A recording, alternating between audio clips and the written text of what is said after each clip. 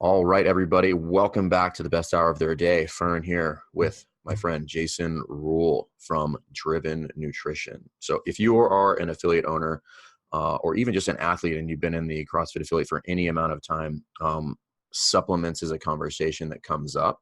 And we work with Jason at Driven Nutrition. Full disclosure, I've worked with a ton of different companies over the years.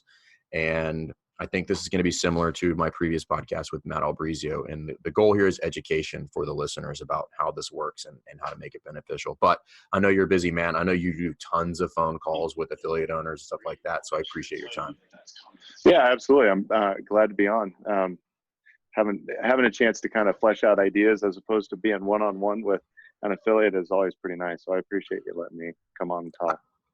Jason and I were chatting before we hit record, and I think it's hysterical that you do not listen to podcasts. Like, you just don't do it. No, I don't. I don't. I listen to a lot of books. I read a lot of books.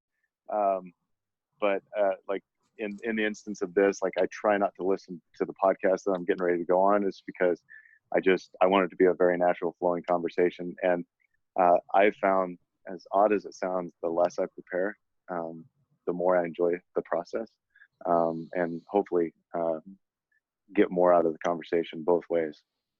Well, I think it probably just speaks to preparation, meaning like you don't have to prepare. Like, this is legitimately what you do day in and day out, and that you live it. That would be like me having to prepare, like do this big, study session before I walked into a seminar on the weekend. Like, if I have to do that, I'm probably not ready to teach a lecture or a squat. Like, I'm good to go. I do some polishing and review how I want to say things because that's a course. But when I walk into the affiliate every day, I'm not super worried about how I'm going to teach the squat. Like, I know how to do that. Right. So, right. Yeah, it just comes down to reps. So is it even fair to say that the supplements in general has like a sleazy feel to it? Oh, absolutely. Okay. I really don't like the supplement industry at all. And I've been in it for 20 some odd years, promoting some GNCs, and then 15 years ago, start the first brand. So I would have a product that I could control not only the raws, but the price of, to the people that were buying it from my stores. But I think the biggest problem I have with the supplement industry, other than what people always point out, like being sleazy, being salesy, is, and I'm gonna try to put this in words. I'm gonna stumble around it. Is the problem is a lot of supplement companies try to make themselves out to be the hero, and they're not.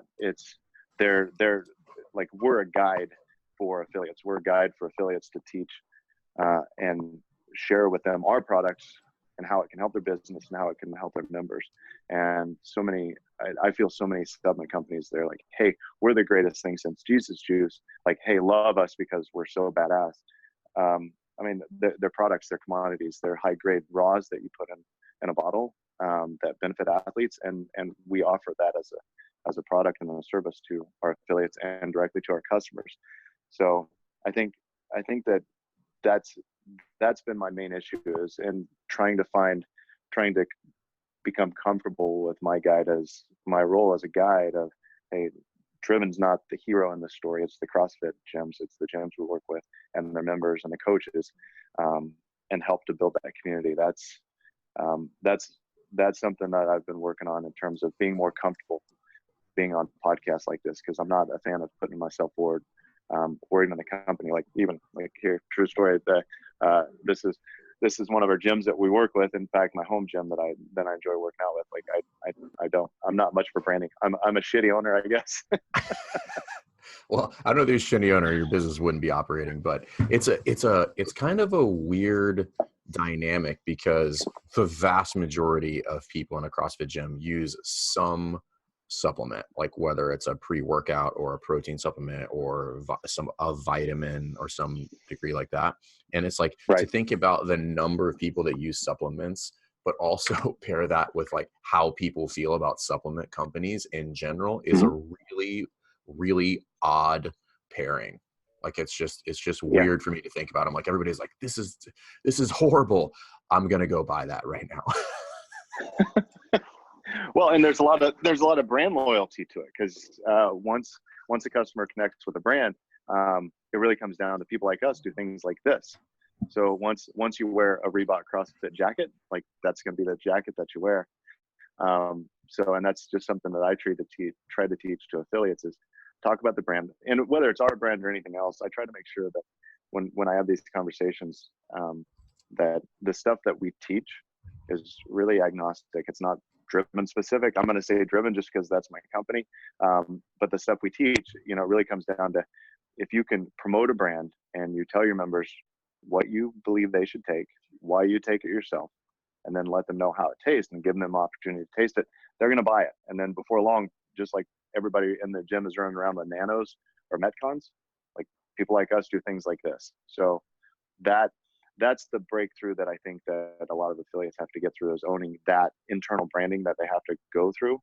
The funny thing is, they did it with Progenics, but Progenics was an overpriced commodity that they couldn't make a margin on.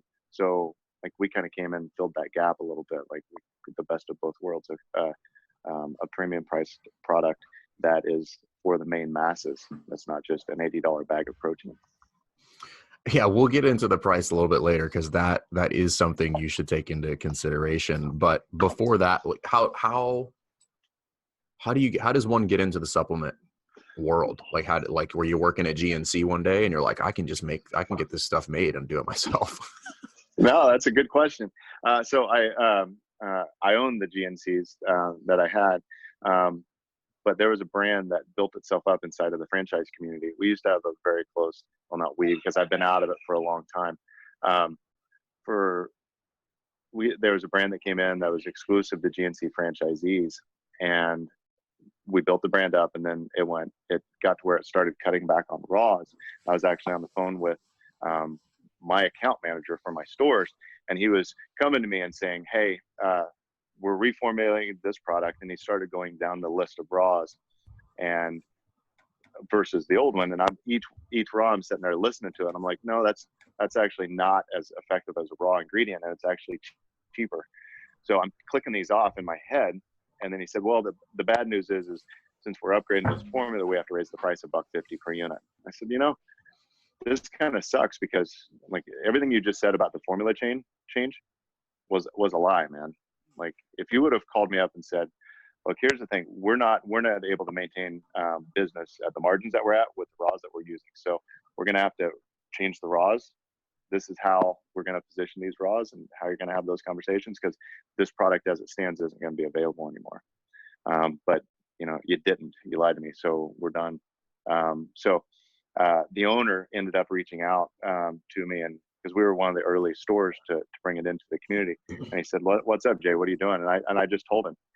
And he said, well, what are you planning on doing? I said, well, in talking to Sam, I realized I actually know what the hell I'm talking about. I can break down raws. So really, I guess when it comes down to it, I have to find suppliers in the U.S. That meet spectral analysis for raws, GMP manufacturers, and then I can start building my own products. So that's what we did. That's really cool. And I think, at least for me personally, for a long time, and still to this day, like that's a major disconnect. And hopefully what some people can walk away with here is, we could talk about sales and all that stuff, but really what I would like people to walk away with is a little bit of education. Like, how do I personally, like absent of any brand, make a good decision on whether this is an appropriate product, right? So you're talking about raws, and some people are probably thinking about raw meat, but like you're talking about ingredients. So right. Where does one go? Because essentially when I look at the back of most supplements, there's 18 syllable words, most of which I'm not even sure in the English language, and I'm overwhelmed. Right. So I result to just reading the front of the label, which says, this will make me awesome. And I say, well, it says that on the label, so maybe I'll just trust them. So where does one start as far as like filtering through all of that? The biggest thing to look at is looking for the GMP logo on products, good manufacturing practices.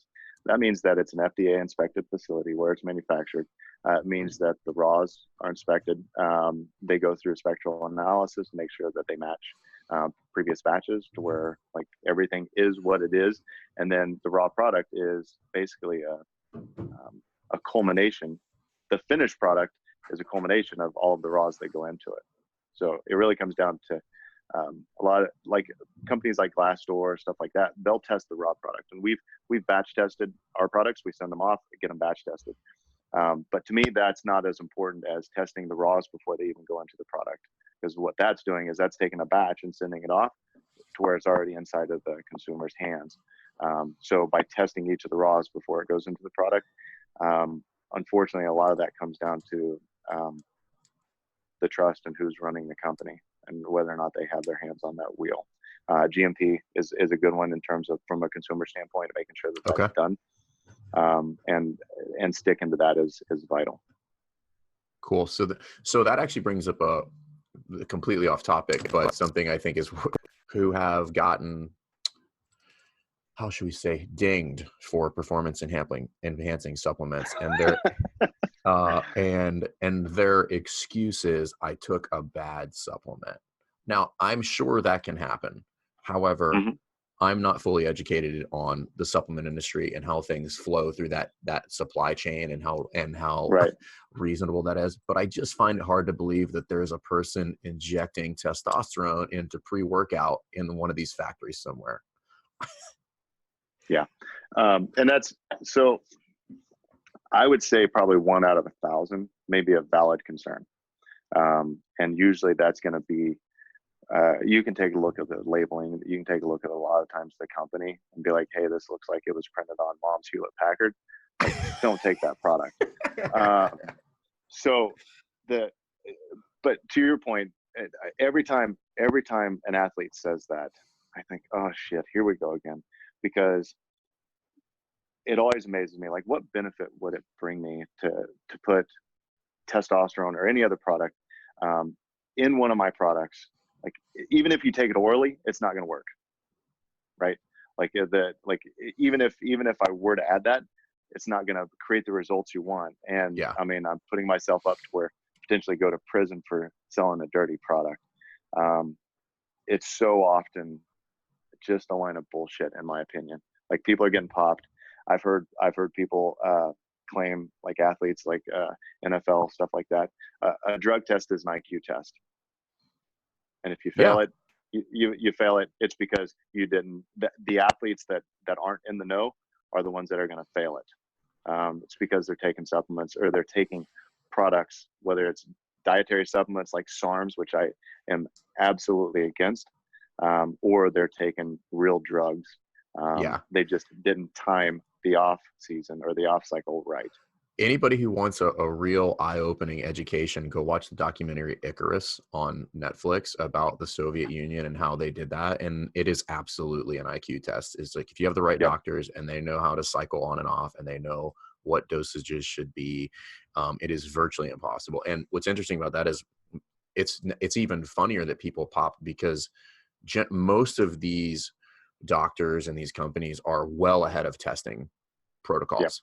They're like 2-3 years out, and testing is always catching up, which is why we see, like, I think this was maybe last year, the year before, where they pulled a huge batch of samples from the 2012 Olympics and just eliminated an entire field of athletes. It's like, oh, they're like, we didn't see these metabolites before. But I think it's funny too. And I agree with you, it's a line of bullshit, because you read the article and they say, oh, it was a tainted batch of pre-workout or protein or whatever it is. Right. And then you read a little deeper into the article and you look at what they popped for, and it's just impossible that somehow showed up in that sample. I'm like, do you even know what that sample is? Like, you are completely uneducated right now. And I'm like, that's not how that works, number one. So yeah, I just like, just own it. Just say, yep, I was trying to win. I would respect you much more if you just said, I really wanted to win, so I cheated. And I'll be like, okay, cool. You're still good in my book. I get it. You made a mistake. But anyway, I just wanted to get your thoughts on that, because you're more educated on it than me. That's the first time I've always ever been asked that publicly. So, but that is how I feel. And I'm always like, I should probably, I'm going to rub some people the wrong way, but that's the fact of it. Like, if you play that game, prepare to get popped. And the other side of it, the other side that I don't think that people realize is naming a supplement company falsely opens yourself up to massive litigation. Yeah. I mean, for the rest of your life. And if it's like, it's done, I believe it's done like defensively, like, oh no, that wasn't me. Like, no, that was you. So in the air of court opinion, that's not the same as what actually happens professionally and in terms of courts and what actually takes place after somebody makes that false accusation. So yeah, there's consequences behind just losing respect inside the community. Yeah. And listen, court is not fun. So nobody wants to do that.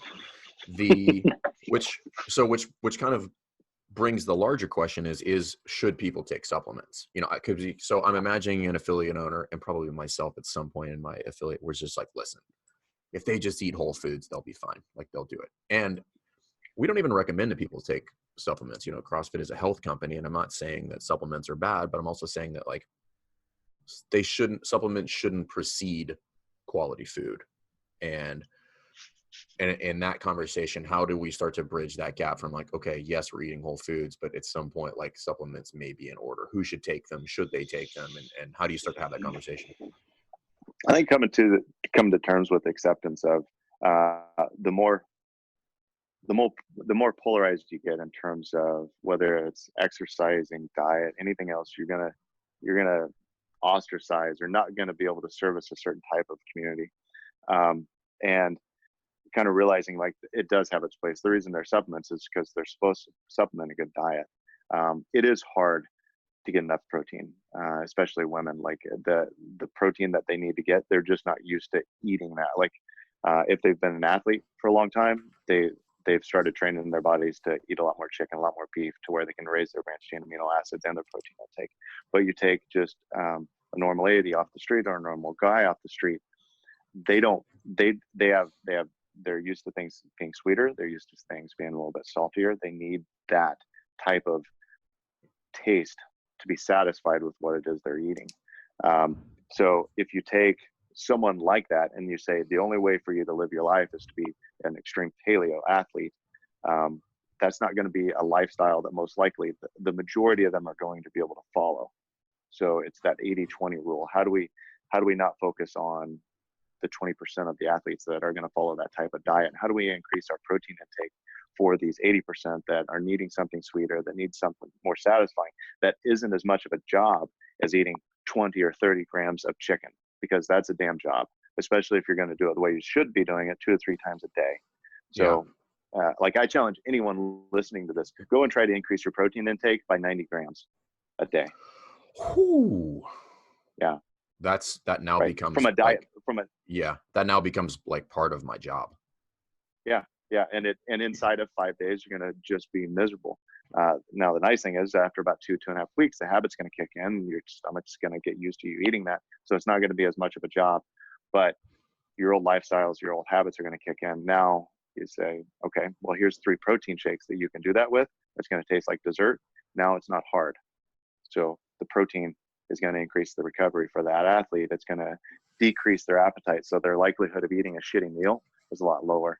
So it's finding that the lifestyles that we inside of CrossFit, and it's not so much as what it used to be, 5, 6, 7 years ago. Understanding like we have to be able to service those other people that aren't going to be as extreme as we are about it.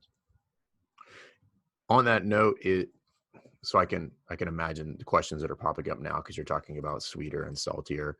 A lot of people, their argument is like, listen, there's just a bunch of sugar in those products so that people will eat more of them.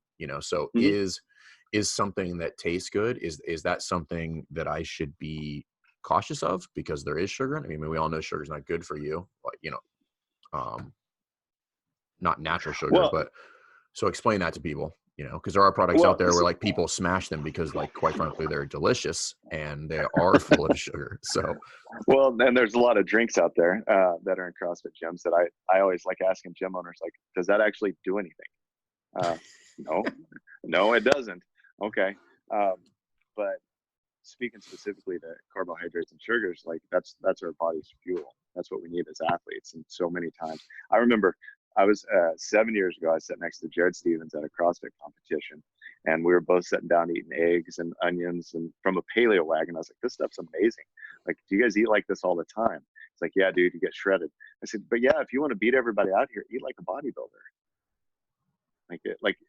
Athletes don't eat that way.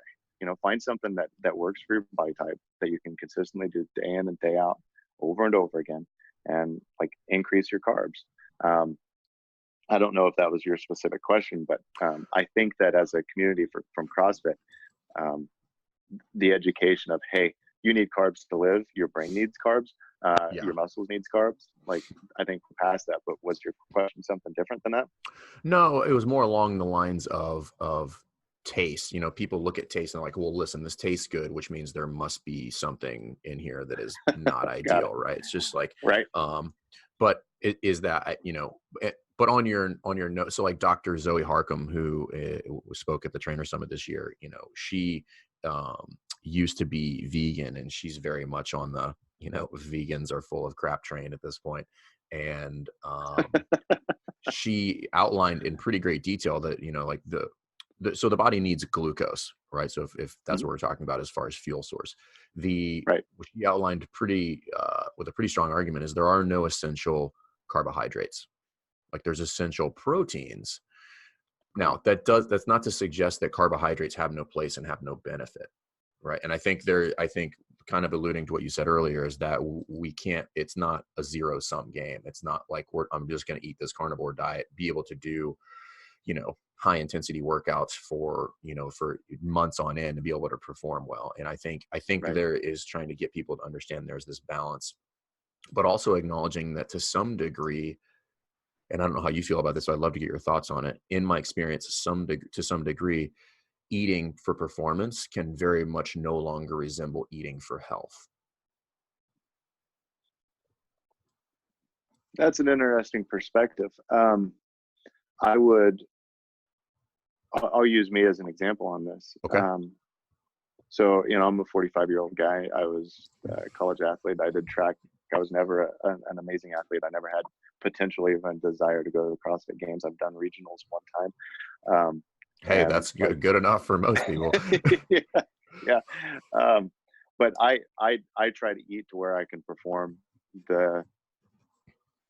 my life. Like, you know, my wife and I, we've got 4 kids, 19, 15, 10, and 6. So my job is keeping up to them. My job is running this company, and going to the gym 3 to 4 times a week and enjoying.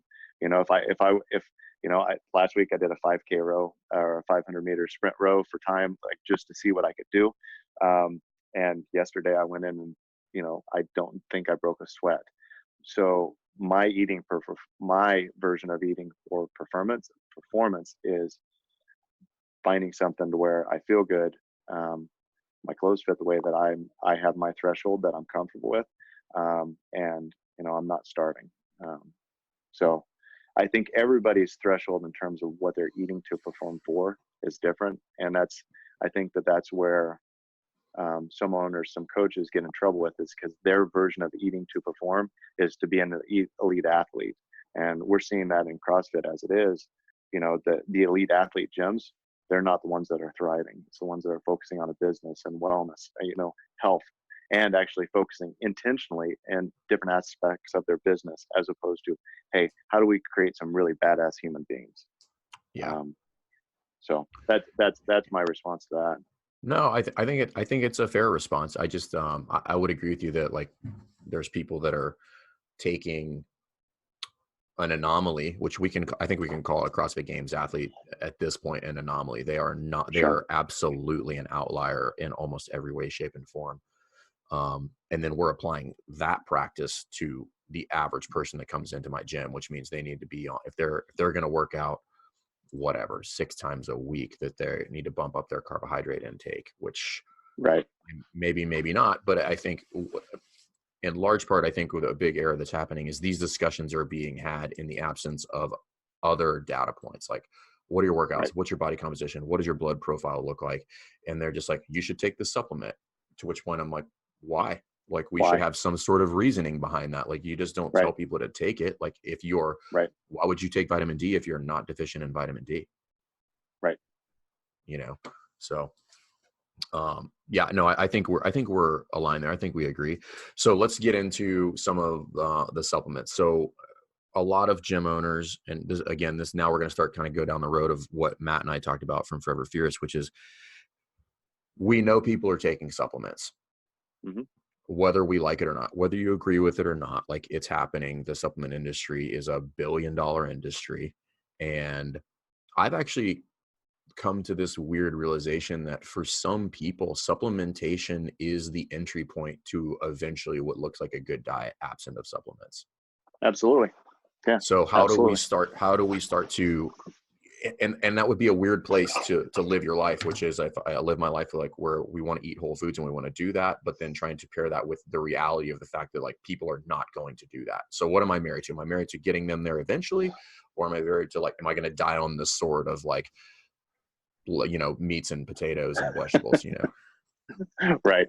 Right. And that's that's the tough thing about what we have as a company is we have so many different products, 22 or 23 different SKUs of protein alone, adding to that, bone broth now, chicken isolate. Um, we tried, since everybody's different, like you have different goals, someone like a Brooke Wells has different goals than you and I even. So each body is different. A woman that hasn't worked out for 10 years that comes in needs to lose 40, 50, or 100 pounds. They have different goals and they have different needs. But I can tell you at 100% in my experience with retail and supplements, there is some validation that if somebody buys a product or they buy a membership to a gym, they're going to validate that previous decision by making sure that it's used optimally, whether by showing up to the gym, taking their protein after they work out. So it's not, like you said, the zero sum game. There is no silver bullet for fitness. I mean, it's not just diet. It's not just an exercise routine, i.e. CrossFit. It's not just supplements. It's a combination of all of them, creating that synergistic effect where things come together and it just becomes part of what they do. And it helps them find their natural balance, their threshold, which like I said, I have found in terms of mine, like I'm in terms with, I'm never going to be an athlete. No one's going to ever look at me and be like, holy shit, did you see how much weight Jason just lifted? Like, no, that will never happen. Unless I'm working out with my 10-year-old, then she may Yeah. be impressed. But finding those things and having those things available as a gym, and even though it may not be 100% in tune of like, hey, this is how you live your life. Sucralose is a good example. We have a lot of gyms that don't want anything to do with sucralose, and I'll ask them, okay, so are your members buying supplements that are strictly sweetened with stevia? Well, yes. Okay, so how much of this have you sold in the last couple months? $200 or $300 worth, and you've got 150 members. There's no way. So what's actually happening is, and I'll put this to them, and they'll put a survey out, and 100% of the time it comes back. Hey, they'll send a survey out. Hey, are there any supplements that you guys are taking beyond this brand that only has natural sweetener? It always comes back. Like they're always blown away. Like I had no idea people were taking this. And a lot of the reason is because if somebody is such a hard liner and they're always like, no sucralose, no sucralose, no sucralose, your membership is they're going to find things that fit their palate. They're going to get sold something in a store that may not be a good fit for them, or they're going to get targeted on Facebook, Google ads, or something like that, and they're going to buy it. And if they like it and it tastes good and it's something that they can reward themselves after they get done working out, they're going to keep taking it. So kind of a lot of affiliates are kind of detaching from that mindset of, okay, I understand my market is going to be buying a product like this. So what's a product line that I can offer as the best alternative? Guys, this isn't something I'm going to put on my body, but if you're dead set on taking a supplement that tastes amazing, we feel that this is the best option for you. And what's amazing is we have natural proteins. We sell probably 2,000 to 1 Driven Whey over Natural Whey. Wow. Not an exaggeration. That's crazy. And take a look at what spot we're in. I mean, we're in this space. That's incredible. Yeah. So I think we've covered the why, right? So why would I sell supplements? Well, because people are buying them anyway. So why not be somewhat of the authority to help guide them into making good decisions. I think people Right. are on board with that. Like not many people are going to be super resistant to that. I think now more often than not, the question is what and how. So what, and sometimes I think it's important to shed light on not necessarily how to do it right, but what is wrong. Like, what should you absolutely not do? So, what are some of the biggest mistakes that you see affiliate owners do when buying, promoting, selling supplement products? Man, that's a wide open question. Um, you're right. A lot of times it's finding things that aren't the right fit. Like you get somebody in there that needs to lose 50 or 80 pounds, post-WOD probably isn't a great option. Selling something that's pure sugar is a really shitty option. Even though like, yeah, great, you need glycogen to recover after you get done working out, your body can actually convert protein to glycogen to repair. No, like that's still like, just don't do that. Selling a pre-workout that has 500 milligrams of caffeine to CrossFitters, like if we're trying to do a Metcon or something, the goal is to keep your heart rate down, right? So finding those products of it's this, it's not that. And then as you're having conversations, and that's, you use the word authority and authority on supplements. And I think that a lot of times that will hold that mindset. There's a lot of affiliates that kind of had that mindset, like I need to become an authority on it before I introduce it. Become a conduit for information. You shouldn't be the spear that all information goes through. You should kind of be the hub that the information circles around. So when members do have a question, they come to you, the hub, and then you be like, no, I'm an idiot. I don't have that answer. Like that's the truth. Let me go look for you. You as a coach, as an owner, are a lot more qualified to search for it's this, it's not that for that athlete. So you go find that information, then you bring it back to the athlete, you have that conversation. And then that reinforces their decision to where next time they go to a local retailer and they try to get sold $300 worth of crap, no, I'm actually going to go talk to Jason because he directed me in the right direction last time. So one of the mistakes I see a lot of times is affiliates try to be that central point for all information. So they have to know it before they even start. It's like a CrossFitter. It's like an athlete saying, I'm going to get in shape before I start CrossFit. No, that's not how it works. You come in, you use bands. Like you just start. It's reps. Like you can't get good at going to putting on seminars until you've just done all of the reps. And retail is the same way. You just get comfortable with it, and you increase the awareness of a product or a product category that you're offering in your gym, and your members will come and support you with it, and they'll have questions that you may or may not have the answer for. But if they're trusting you to find the answer, like I know CrossFit gym owners, they're going to go find the right answer, and they're going to give honest feedback. So I start doing that research for people, and I find like how many SKUs do you have total for Driven Nutrition? Like how many products do you carry? So we have 54 SKUs plus probably another 25 or 30 with Charlotte's Web, hemp oil, and CBD. And I do want to get to that because I think that's super important. So a lot, right? So let's say it's safe to say that you guys offer something for most every scenario that an affiliate owner is going to encounter. Okay. So I found it. I did my research. I think I found an appropriate solution.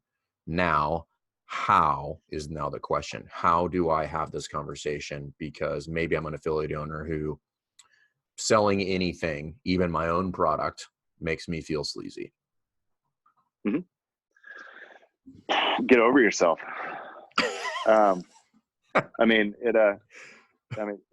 Two things. Somebody asks you for a solution, you have an obligation to deliver the best answer you can. The second one that a lot of people overlook is you have a business and an obligation to make sure that you keep your doors open, not just for you, not just for your family, but for your members. So if they're coming to you for a solution so they can buy a product from you, and I know you're speaking as an example, but if you as a business owner are listening to this and that just hit a nail, like you really need to evaluate, like your members want you to be successful.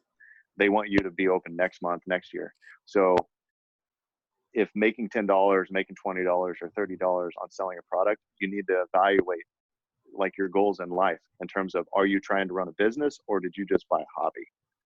If it's the latter, eventually someone's going to open it across the street. They're going to run a business and they're going to hand you your ass.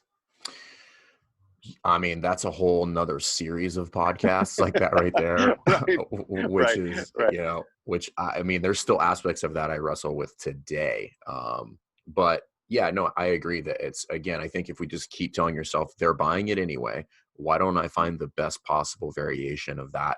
Potentially not even that. Maybe they think they need that and they don't actually need that. Maybe they need right, something else. So, right. um, what are some of the ways that, so you talked about entry point, and so is it when is it most beneficial to talk about supplements as a coach or as a gym owner? Is it when somebody joins the gym? Should I be doing this once a week?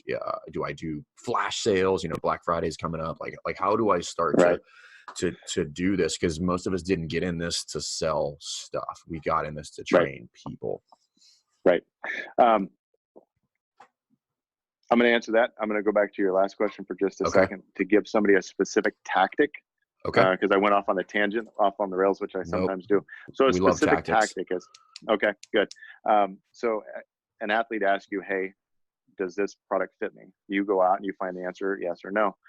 Instead of delivering that in a vacuum where you go text message or you one-on-one talk to the owner, post it up in your Facebook group or on your page and tag that athlete. Unless it's something that's sensitive, if they're sharing information that's private, that they wouldn't feel comfortable. But if it's something simple like, hey, should I be taking a protein after a workout? Yeah, yes. Like, hey, here's the product you asked me about. This is why I think it'd be a good fit. This is why I don't think it would be a good fit. So what's going to happen from a tactical standpoint is you're engaging with the customers. You're also letting the rest of the members know that you're a resource for that information. But the most powerful part of it is the other members are going to jump on board and they're going to reinforce what it is you just said. And then you become that hub that information circles around, as opposed to the spear going directly to one person. So hopefully that helps. No, I dig it. Yeah, I think that's a real, and really what you're saying is like, hey, you should be constantly having conversations with your athletes. Like you should be doing the dirty work of, care, which we like to say is like, how do you get good at a business? Well, you just care about people a lot, and you really maximize customer service. What are some other ways, or what are some other kind of like tactics within the gym that people can start to utilize? Like, are you selling packages on the front end when people join? Because some people feel really sleazy about that. You're like, I'm pushing supplements on people that I met yesterday, Right. Now it's tough for us because we work with, we passed 1,500 affiliates last week, I guess this week. So we work with all different types of gym owners. Some that like they're very staunch in terms of how they want to offer it. There's some that are very aggressive on how they want to get in terms of offering supplements and other packages to their members on day one. So we have systems for both of those depending on how somebody wants to run their business. At the very least, I recommend having the conversation on day one. If you don't want to sell members product, tell them that. But at the very least, walk by and say, hey guys, that's our supplement shelf right over there. These are the products that we carry and we recommend the members. You're going to find that you're going to see our coaches, you're going to see other members, you're going to see me taking these products daily. What I need you to know is these aren't a good fit for you right now. When they are, I'm going to tell you. Okay. But I also need you to know that if you have questions, you need to come to us because I'll be able to answer those for you. So having it on day one, I mean, the shit's not a secret. I mean, it's like, the thing I try to compare it to is like you can not teach a teenager about sex ed, but they're going to learn about sex ed. So that's my greatest fear, which I'm sure is you have a daughter as well. I'm just like, my daughter's going to wear sweatpants and be locked in a room until she's 38. Well, yeah, we won't get into that. Oh man. But not keeping it a secret, making sure that the members know that you're a resource and talking about it on day one. If it's something that you want to implement and get them on a subscription, like we even have that as an option. Like, hey, here's the packages we recommend. They can subscribe to it. We even have a system to where we can auto ship and fulfill those from the member can sign up on day one and we can fulfill direct to the consumer. But the other side of that spectrum is at the very least, these are the products that we recommend in-house. I'm not going to recommend any of these to you right now. What we need to do is these are the things that we need you to be doing as a person. And then when it's time, we'll start introducing other supplements or new diet or anything else. But doing it intentionally, instead of keeping it as a secret or waiting for them to hopefully, luckily ask you a question when they think about it, if they're around you. That's not a business approach. Yeah. I mean, it sounds to me like you're just saying honesty is the best policy. Like, tell people, I don't think you should take these right now. We have other things that are higher on the priority list than that. And then when you're ready, let's do it. And then on the flip side of that is tell people, listen, like, this should not be the bulk of your nutrition. Like, Right. it is a supplement by definition. It is not, it Right. is not the base of how I do this. Because I mean, we could go down the rabbit hole of, how a lot of westernized diet is devoid of vitamins or minerals. And I think that people are hip to that idea. And this is where some of the stuff, supplements can come in. But you guys don't, I think typically in the CrossFit space, I think a lot of people think of supplement companies as like protein, pre-workout, but what else do you guys offer in the way of vitamins? And I kind of want to talk a little bit about the CBD, because I'm a huge fan of CBD. Okay. Not just because like weed is great, but because like I do think there's a lot of benefits to it. You know what I mean? Right. I'm in the same boat. So yeah, we've got the proteins, we've got men's and women's multivitamins, which we formulated. There's only so far you can go with a multivitamin just because size of the pill or number of pills that you're trying to get people to take. But we did bump the vitamin D up to 2,000 IUs. That's one we struggled on. Like, should we do 2,000 or 5,000? Since the RDA is so low on vitamin D as it is, I'm a big proponent of vitamin D. We felt that 2,000 is something that someone could and should be taken year round, regardless of the amount of sun they get. Fish oil, amino acids. We have one pre-workout that isn't a very heavy hitter in terms of caffeine. It's 200 milligrams of caffeine. We have another product that's kind of an all day. It's really not a pre-workout. It's called Disrupt. It's our amino acids, but it has 120 milligrams of caffeine, some taurine, some electrolytes. So a lot of people will compare it to Amino Energy or Spark from Advocare. Yeah, so, we have it here and I take it and I appreciate it because it doesn't make me feel like I'm going to walk into a WWE wrestling match when I take it. Because I always mistime it anyway, because I'm just, I'm a typical gym owner running around here like there's a, with a Chinese fire drill, but I take it, 5 minutes before the workout, at which point I finish the workout and then it hits me and I'm like, well, this is completely useless at this point. So yeah, so I think I think about it, and I'm thinking about myself as a business owner. Like, I think where people feel more comfortable with the supplements is more along the lines of some of the things that we just discussed, right? Which is the vitamin D, the multivitamins, CBD, fish oil, and some of the pre-workout. So maybe you don't start with the proteins. Like, if you want people to eat meats, chicken, fish, grass-fed, and you want people to go down that road, well, then do that, promote that, because like I think we both would agree, like that's the better option anyway. Right. But then we can still backfill with some things here that I think are super important. Like, I agree with you, the vitamin D is super important. The fish oil is something that CrossFit has been we've been waving that flag for 20 years, that fish oil and getting more omega-3s in your diet. There is virtually no study ever that would suggest anything other than that, so right. These are the ones where you can start to really feel good about some of these products. Where we're like, hey, listen, virtually everybody should be looking at least having a conversation about these products. Right. So let's talk CBD, because this is an interesting one and really hasn't I mean, you tell me, you're a little bit more in the space there. Like, this has really become a thing, like probably within the last 2 years, where like people are starting beating the CBD drum. Yeah, and it thankfully we were ahead of that wave. I started looking into it for personal reasons about 5 or 6 years ago. I've told that story a few times, but I started looking into it specifically 3 years ago when my son needed something to cut inflammation down, so he could do track and football.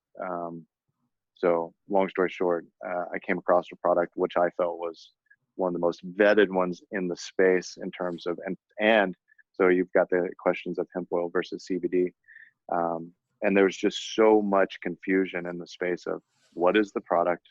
Where does it come from? Is it hemp oil? Is it CBD?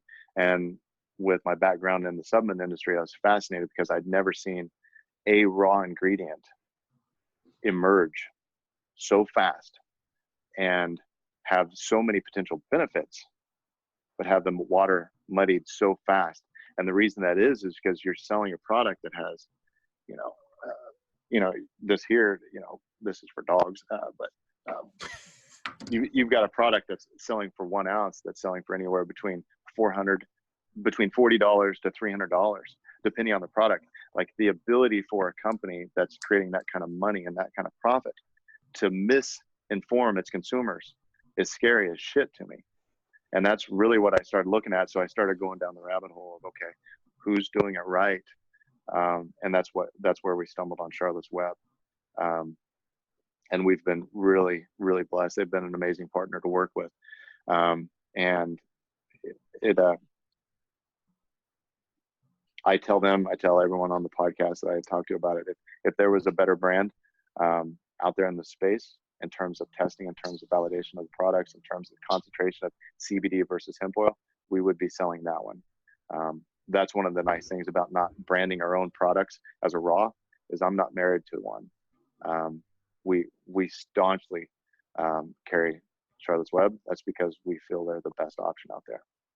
Yeah, and I think, if anybody, you can just Google and go into the old interwebs yourself, but like and what I'm about to say is completely anecdotal, but I started using it maybe like 2 years ago, and like I get significantly better sleep when I do it. We actually even played around a little bit with our daughter she's autistic, and like we've seen some different improvements within her as far as like helping improve her speech and her cognitive ability and things like that. And, nothing crazy, we're not like getting ridiculous with it, but it's just like, as a parent, you read the benefits of this stuff and you're just like, why is every human being on earth not like at least toying around with this product? It's like, Right. I can't find anything bad about it, with the exception of like people think that marijuana is the devil. And I'm like, okay, to each their own, like, that's fine. Yeah. Yeah. Yep. No, CBD is awesome. And true story, from a tactic standpoint, this will help if so, like, my background, my dad's a retired highway patrolman. My brother's highway patrolman. I've got 2 nephews that are now highway patrolmen. Drugs just are something we didn't do. It wasn't even like, no, that's just not it. So like, I've never smoked weed. Yeah, so, I was the same way. My parents were like, if you do that, we're literally going to kill you. So, once I started looking into it and started taking a look at it from a benefit or a medicinal standpoint of what can it actually do. So I would encourage any gym owners listening to this, or any coaches, take a picture of any product, any CBD product, like just like sucralose, right? Like, you may not realize what's out there and what your members are actually doing. We have a Facebook group, by the way, and you can search this. I've got a picture. It's called Building Retail in Your Box. Any affiliates, you're welcome to join that. But out there several times I've posted, another affiliates have posted back. It's just a picture of CBD. It's Charlotte's Web in my hand, and we put a question mark up there. And then I just encourage gym owners to post that image along with this text that says, do you take CBD and why? And then sit back and wait. One affiliate did this about a month ago, and I think he had 32 comments inside of 4.5 hours. Like, tell me the last time you've made a post on your page that got a third that. Very few micro gyms are going to get that kind of interaction. Right, exactly. And not only that, but it's a way to test the waters. Like don't have confirmation bias. Don't assume that everybody thinks the way you do. Like, hey, if you're curious, post it out there, and you may get your mind changed in terms of this isn't the devil's weed. You may actually find some instances where members, it's changed their lives, or some benefits that may resonate with you. Like, oh shit, I didn't know that. I should try it. So this guy ended up selling, I think, 18 bottles just from doing that. And these are consumable products, right? So what's going to happen in 30 or 45 or 60 days? He's going to sell it again. Yeah. And I've seen a lot of, obviously I was prior military, and I had a lot of friends who have, played around a lot with this and seen significant improvements for like PTSD, just depression in general. And Right. again, I'm not saying that this cures depression. That's not at all what I'm saying. But like they have noticed a significant difference in like how they feel cognitively, how they operate, like just general emotions. It's definitely not the end all be all, but it is. It's an incredibly interesting product, and it is like we could Yes. talk about it all day. It's super interesting. Now, let's say that people have done their homework. They're like, okay, I want to start with Driven Nutrition. But then the question is like, okay, well, how the hell are these guys different than anybody else? Like, why are you not, okay, like Progenix was here and then they fell off the scene for like all sorts of crazy ass reasons. What makes, yeah, that's a whole other podcast too. Yeah, it Why is. are you guys different? There's some super interesting things that you guys do differently than most other supplement companies in the space. This is where I suck as an owner, because bragging about us isn't something that I'm really is my jam. And I know you're uncomfortable I with that, but I think it's important because like I'm only married to what makes the gym owner's life easier. And I think there's Mhm. certain things that you're doing that are incredibly beneficial to a gym owner who's having this problem, doesn't understand that it can be valuable. And, at the end of the day, like don't, like Jason and I don't have an agreement. Like if you don't want to buy Driven, like don't buy it. I don't care. Like, but you should be educated to understand how this and like some things that will make this far less painful for you in this process. Got it. Okay, so I'll wind it up. Um, so in over the last 7 years, I've onboarded close to 1,500 affiliates, a little bit now. In that time, we have a North Star. Does it help affiliates, and is it something we can do? If we answer yes to both of those questions, we do our best to accomplish them.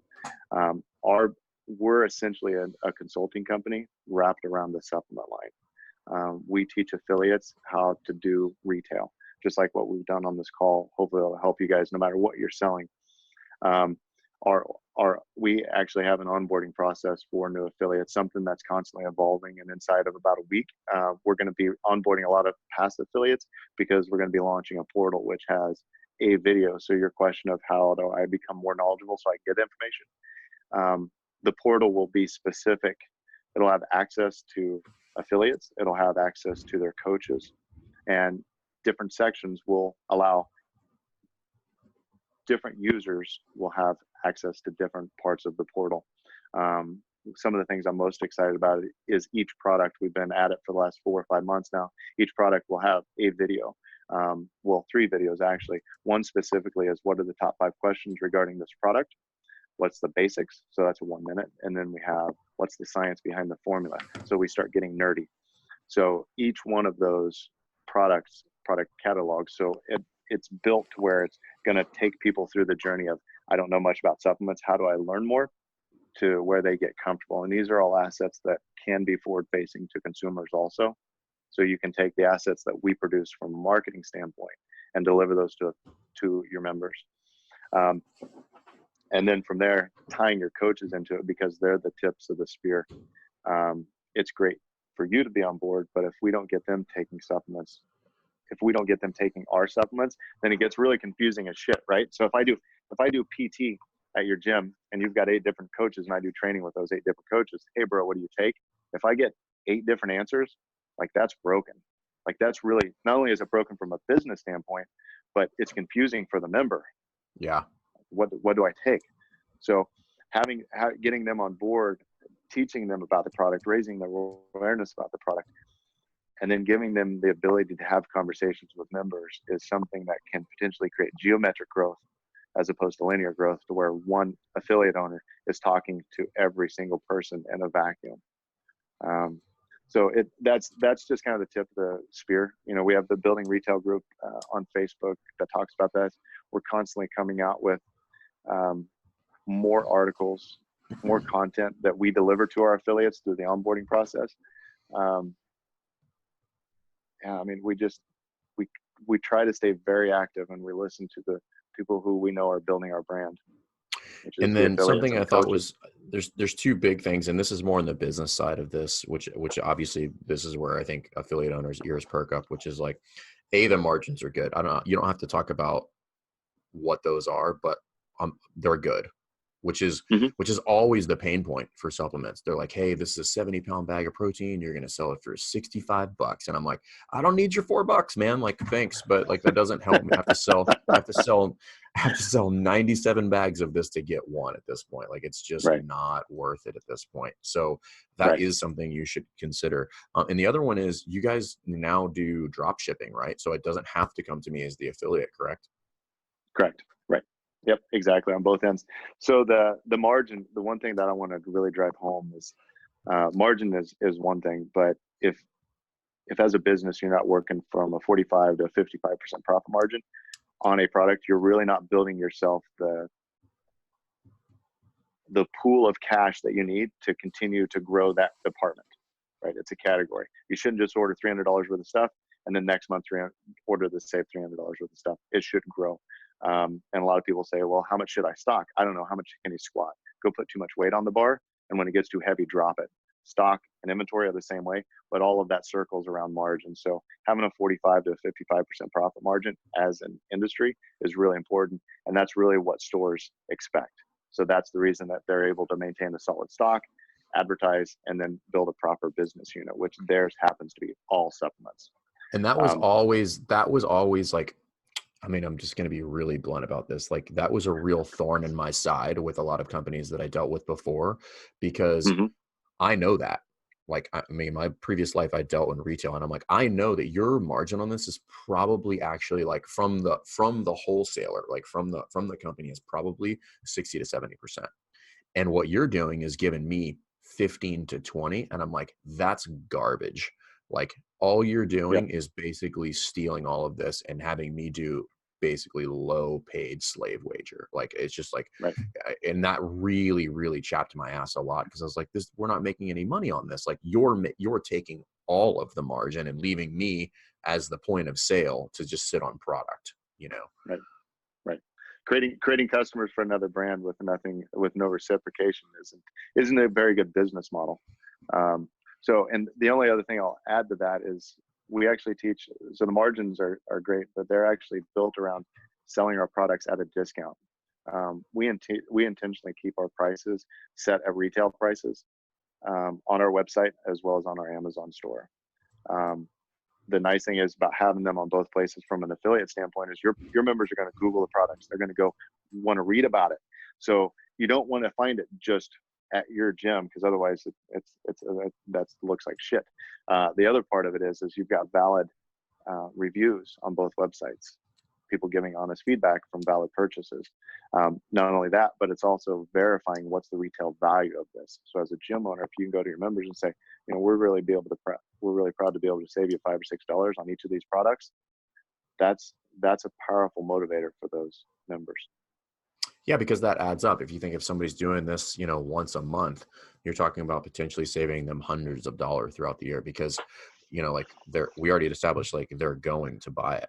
And then how does the drop ship work? Like, how does that, so then my question as affiliate is, okay, well, do I still make the margin, or who makes the margin on the drop ship? Like, how does that work? So this was something, Jason, we struggled with for a long time, because I'm a firm believer you got to have product on hand. Right? If you're teaching your members it's important to take a protein after your workout, you should make it available after your workout. But from the speed of ordering, someone did a time study on it. I said, this is going to save me 7 hours a month of admin time. It's like, holy shit. I never thought about that. Yeah. So what we did was we built it where your cost on it doesn't change. Like, so if Sally comes in and hits your landing page and orders product, your margin is actually going to go down, but your cost by the product is going to stay the same. The reason that is because we have to pass shipping on somewhere. Yeah, that's reasonable. I don't think anybody's mad about that. But again, it goes back to, like, if that takes my margin from, I don't know, from 45 to 40, or from 50 to 48, I'm not splitting hairs about that. Like, I don't care, because of the time value of money. If it saves me 7 hours a month, then I'm good. So I think that's a loss that most people are willing to take on that because of the convenience of it. But we should still carry some stuff on hand. So I think that's I would agree with you. Any recommendations on, like, a retail setup? Like, have you seen people that do that really successfully? This is always something that's very interesting to me. Yeah. A lot of times people let that get in the way of, I always say, don't wait for every light to turn green to head into town. Go to Walmart and buy a $40 plastic shelf. If it looks like shit, so be it. Like the thing that so many affiliates and coaches forget is your members want you to be successful. They want to buy these products from you. They want these recommendations from you. So if you start with a ghetto looking shelf, they're going to support you in it. Take that profit, buy a nice shelf, buy nice shelving, get some type of racks that's going to set up to where it's going to merchandise out. And I know that we talked about this during your onboarding process, having a good looking situation when members come in. I think that that's a goal to try to achieve, but you shouldn't keep that from just like you shouldn't wait to get in shape to go to CrossFit. Like just Yeah. start. Yeah. Just Don't let start. gray be the enemy of good there. It's just like, just start doing Yep. it. Yeah. Right, exactly. So there are some affiliates doing it really well. Brian Alexander, CrossFit Lumen, has an excellent looking retail area. Stu Brower has a really good looking retail area. I mean, he's an aesthetic guy. He doesn't put a whole lot of stock out there. If you go to the one place we do brag, which is Instagram, if you go to Driven Nutrition's Instagram, we repost a lot of our affiliates' pictures Okay. of their supplement shelves. So that's a cool. really good. I had never thought about that. We need to make a section specifically for like, hey, how do I display shit? So I appreciate that idea because that's something that our affiliates are constantly posting about. Yeah. Yeah. Thank you. I would just like 3% of sales from here on out. If that would be fine. all of my attorney review those things. Yeah. I'll be holding my breath for that paperwork. Very cool. Yeah. And I think the big thing here for people to take away is like, I don't think it's a conversation that we as affiliate owners or trainers should shy away from, because I mean, you've been doing this for 20 years. I've had a gym for 10 and been just in the CrossFit space for 10, but played collegiate athletics. I mean, the question about supplements, it is 100% coming to you as a professional. So you might as well figure out how you want to navigate that space. Like, do you want to, say no, eat paleo for the rest of your life? Or do you want to figure out that like there is some room for this marriage to work out and for it to benefit both your members or your customers and you as a coach or a gym owner? Because again, like you're not going to avoid it. It's like I've largely come to look at the supplement as like, it's like defensive driving. It's like, listen, you're going to have to drive on the road. You might as well figure out like how to navigate assholes on the road. So, and there are a lot of them in the supplement industry. So how do I educate myself and figure out like, what's the most efficient way to do this? So that it can be beneficial, because, for a long time, we don't do it right now, but for a long time we were using margins on supplements and retail to basically fund equipment and maintenance budget, So that's such a killer idea. Absolutely. So, and people dig that. And if you, and my recommendation is tell people that. I'm like, any margin we make here goes right back into the business. We are not pocketing this. It's going to go back to you, because what's good for you is good for us, Right. So, yep. Yeah, I had an affiliate owner reach out. He said he'd sell the 5-pounders for $60, and he had one member every month and a half. He'd come by, slap $60 on the desk, and say, "There's the down payment on the next assault bike, you prick." But it was all in good jest. But he made it aware, like, this is an intentional part of our business. We're going to make it front and center. That's cool. So because they are talking about it and they want to support these gyms, but the number of affiliates that have and will go out of business because they don't embrace that their members want them to be successful. I mean, I don't know how many people for years, and it's not as bad as it used to be. For years, people used to feel bad about buying a new car. Well, my members will think I'm making too much money. Well, shit, are they getting up at 4 o'clock to come open the doors for 2 people? Like, yeah. It just, but I think that as businesses, we've evolved past that. But if you can embrace that in terms of asking for testimonials, asking for referrals, asking for retail support, asking for retail support in clothing. Like, I just bought this 2 days ago from the gym that I work out at. That's cool. Asking for that and letting your members know, like, I know the profit from this, because I know what this sweatshirt costs. I mean, that's like, we sell them. So I'm happy that that's going to go to knock down a wall, and then they're going to put up a new rig, and then they're going to buy 5 or 6 new shirts or 5 or 6 new bikes, rowers. because like that's what we need. Yep. That's a strong community. And That's so many awesome. owners screw themselves because they don't own that part of it. They're not comfortable with it. Yeah. So like I said earlier, like just get over it. You're running a business. Yeah, I think that's really cool. Any so obviously you said at the beginning of this podcast you read and you listen to a lot of books. Anything you recommend for business owners to maybe either educate themselves on the supplement or just help them get over that stigma that they don't want to sell this stuff? Man, that's a good question. The first one that comes to mind is Tribes by Seth Godin. It's Oh not yeah, okay. specifically, Yep. it's not specifically about supplements, but it comes down to, and then that ties into his latest book, This Is Marketing. Really just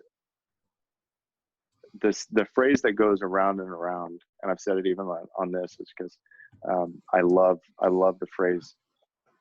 He nails it so much in his latest book, is people like us do things like this. And embracing that from a business is, what do we do? Like because I try to put myself in the same situation of, I feel one of the reasons that we are successful in the space is because I'm empathetic and I'm able to put myself in the shoes of the affiliate owners. I've been that small business owner. I know what it's like to stress, to try to pay rent, to pay the bills. I've never missed an employee's payroll. Very proud of that, but I know the stresses that come with that. So taking a look at it from the standpoint of, who are your members? What does your community represent? And then going all in on that and not shying away from it. And I say that admittedly, knowing just like on this call, like I'm not good at bragging about myself or our company. So I know that I need to do a better job at that. And that's the reason that I'm trying to do better about coming on shows like this, is trying to share what it is we do. Because I think we're a little bit weird in this space in terms of the supplement industry and everything. Well, hey, sometimes it's good to be weird. Sometimes it's good to not be the norm, because the norm isn't always that great. But Right. I think there's no better place to end than that. So guys, if you guys are interested at all, look up Driven Nutrition. Get in touch with Jason and his team. He'll do an onboarding call. He'll walk you through all of this stuff. Look him up on Instagram, and then check out that Facebook page, Building Retail in Your Box, just to start educating yourself. And if you're not ready, then just keep kind of stalking. And then when you're ready, hit him up, because again, you're going to get that question, so you might as well not avoid it. But Jay, thanks, brother. I really appreciate your time. I know you're a busy man, so I really think this is going to be beneficial for all the listeners. Oh, thanks for having me on. I really enjoyed this. All right, brother. Thanks. Thanks for listening to Best Hour of Their Day. If you haven't heard about Anchor, it's the easiest way to make a podcast. Let me explain. First of all, it's free. How cool is that? There's a creation tool that allows you to record and edit your podcast right from your phone or computer, so it becomes super simple. Some of these episodes with Fern or Todd or myself chatting with one another, we've done right within the app itself. Anchor will make it easy to distribute your podcast to all platforms, Spotify, Apple, and many more.